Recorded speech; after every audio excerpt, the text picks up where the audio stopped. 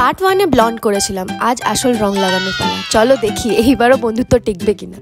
এটা হলো second developer, যেটা আমরা কেটে নিচ্ছি। কেটে নিয়ে এবার মিশিয়ে নিচ্ছি।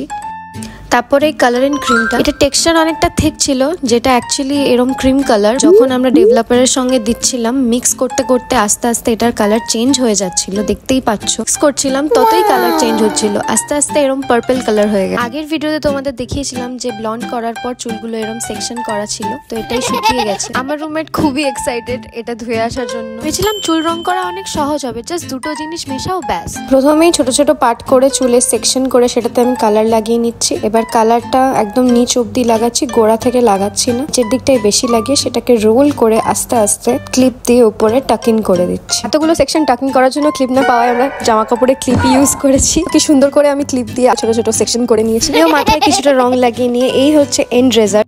টাটা।